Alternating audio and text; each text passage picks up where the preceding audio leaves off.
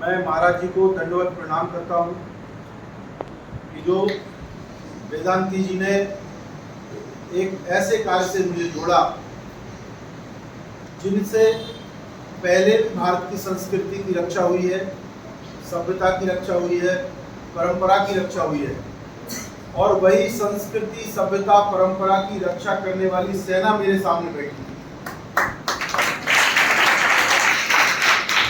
और ये काम वो इतनी तन्मयता से करते हैं, चाहे देश में हो चाहे विदेश में हो, उनकी चिंता हमेशा आपकी रहती है। उनके दिमाग में हमेशा ये चलता रहता है कि मैं विद्यार्थियों को कैसे अच्छा और उत्कृष्ट बना सकूं। मुझसे जब भी बात हुई है तब उन्होंने अपने इन सब विद्यार्थियों के बारे में कहा, इस आश्रम के बारे में कहा, वासुदा के वेदांत आश्रम के बारे में कहा कि वो कैसे श्रेष्ठ हो सकता है, कैसे अच्छा गुरुकुल बन सकता है।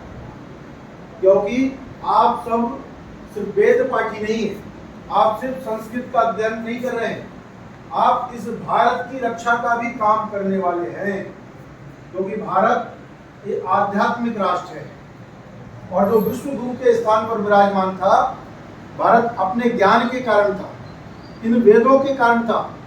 ये वैदिक संस्कृति हमारी संस्कृति है जो दुनिया में सारे देश के लोग इसको सीखना चाहते, समझना चाहते, और उस काम को आप लोग बचपन से अनुसरण कर रहे हो और उस पर तज्ञ होकर के सारी दुनिया का मार्गदर्शन करने वाले हो। इसलिए आप संस्कृत की कुल मार्कशीट लेने वाले विद्यार्थी नहीं हो। ऐसे कई विद्यालय चलते हैं जो सिर्फ मार्कशीट प्राप्त करना चाहते हैं। यहाँ इस आश्रम में या वासुदा के आश्रम में मैं देख रहा हूँ आचार्य, प्राचार्य जितने भी सब व्यवस्था में लगे हैं, वो ऐसा मानकर चलते हैं कि विद्यार्थियों को कितना श्रेष्ठ बना सकते हैं। हमेशा उनके दिमाग में रहता है कि कैसे श्रेष्ठ बने, कैसे ज्ञान प्राप्त करें। तो इसका अर्थ ये है, आप सिर्फ शिक्षा का ही काम नहीं कर रहे हैं, या शिक्षा के साथ संस्कारों का भी काम कर रहे हैं, आप संस्कृति की रक्षा का भी काम करेंगे। और इस भारतवर्ष में अगर ये ज्ञान लुप्त हो गया तो समझिए भारत की संस्कृति लुप्त हो जाएगी। इसको बचाए रखने के लिए आप सब लोगों ने संकल्प लिया है, मैं बहुत बहुत साधुवाद देता हूँ आपको, आपके माता पिता को, जिन्होंने एक काम के लिए आपको अर्पित किया है, आश्रम में भेजा है। इससे कम बात नहीं है। आज इस युग में लोग इंजीनियर, डॉक्टर, अन्य दूसरी शिक्षा की तरफ भाग रहे हैं, अंग्रेजी माध्यम की तरफ भाग रहे हैं, जबकि मूल संस्कृत जो है सारी भाषाओं की जननी है। सब भाषाएं इसी से उत्पत्ति हुई है। आप इसलिए भले ही कम संख्या में हो, लेकिन आप भी इस भारत के लिए दिशा देने वाले हैं और इस भारत भूमि की दशा ठीक करने वाले हैं, ऐसा मेरा विश्वास है। इसलिए आप अपने माता पिता और गुरुओं के लिए एक बार ताली बजाकर उनका अभिनंदन करें।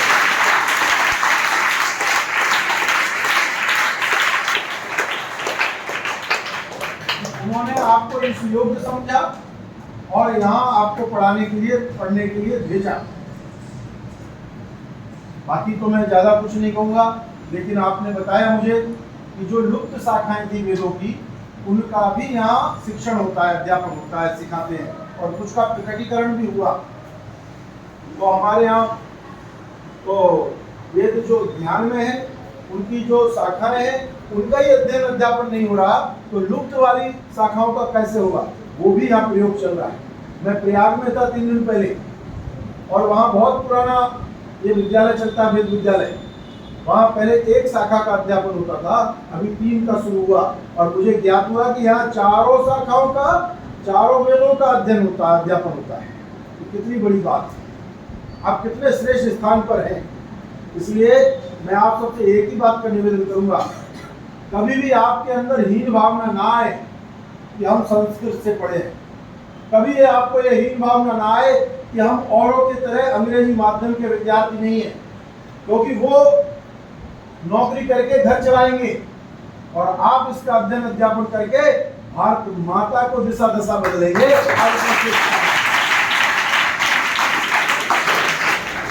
अब इतना बड़ा काम करेंगे, पूरे भारत का गौरव बढ़ाएंगे। इसलिए और सारा विश्व अनुसरण करता है भारत का। ये पूरे विश्व का मार्गदर्शन मिलेगा। ये करने वाले लोग कितने हैं? जरा विचार करो कि जहाँ दूसरे विद्यालय हजारों चलते हो, वहाँ अपने विद्यालय 1 या 2 चलते हैं। कितनी कम संख्या है। इसलिए आप पर बहुत बड़ी जिम्मेदारी माता पिता ने और गुरुओं ने विश्वास किया है, दी है। आप उस पर खड़े उतरना। और एक बात मैं कहूँगा, आखिरी बात कहूँगा कि दुनिया में धन तो बहुत लोग कमाते हैं, मकान बहुत बनाते हैं, बड़े बड़े बनाते हैं, वाहन खरीदते हैं, लेकिन चरित्र निर्माण ये कम स्थानों पर होता है। और जिसका चरित्र का निर्माण हो गया और चरित्र की सुरक्षा हो गई, वो दुनिया में कहीं भी मात नहीं खाएगा। वो हमेशा आगे बढ़ता ही रहेगा, क्योंकि उसकी तेजस्विता औजस्विता उसे कभी पीछे नहीं होने देगी। इसलिए आप सब अपनी चरित्र की पूंजी को बचा के रखना, मैं इतना निवेदन करता हूँ। इसमें कहीं कोई लोभ प्रलोभन आए, हमको पीछे गिरना नहीं है, पतित नहीं होना है। उससे हमें अपने आप की रक्षा करनी है, और हमने अपने चरित्र की रक्षा की तो हम संपूर्ण देश का जो चरित्र बिगड़ रहा है उसको सुधारने की सामर्थ्य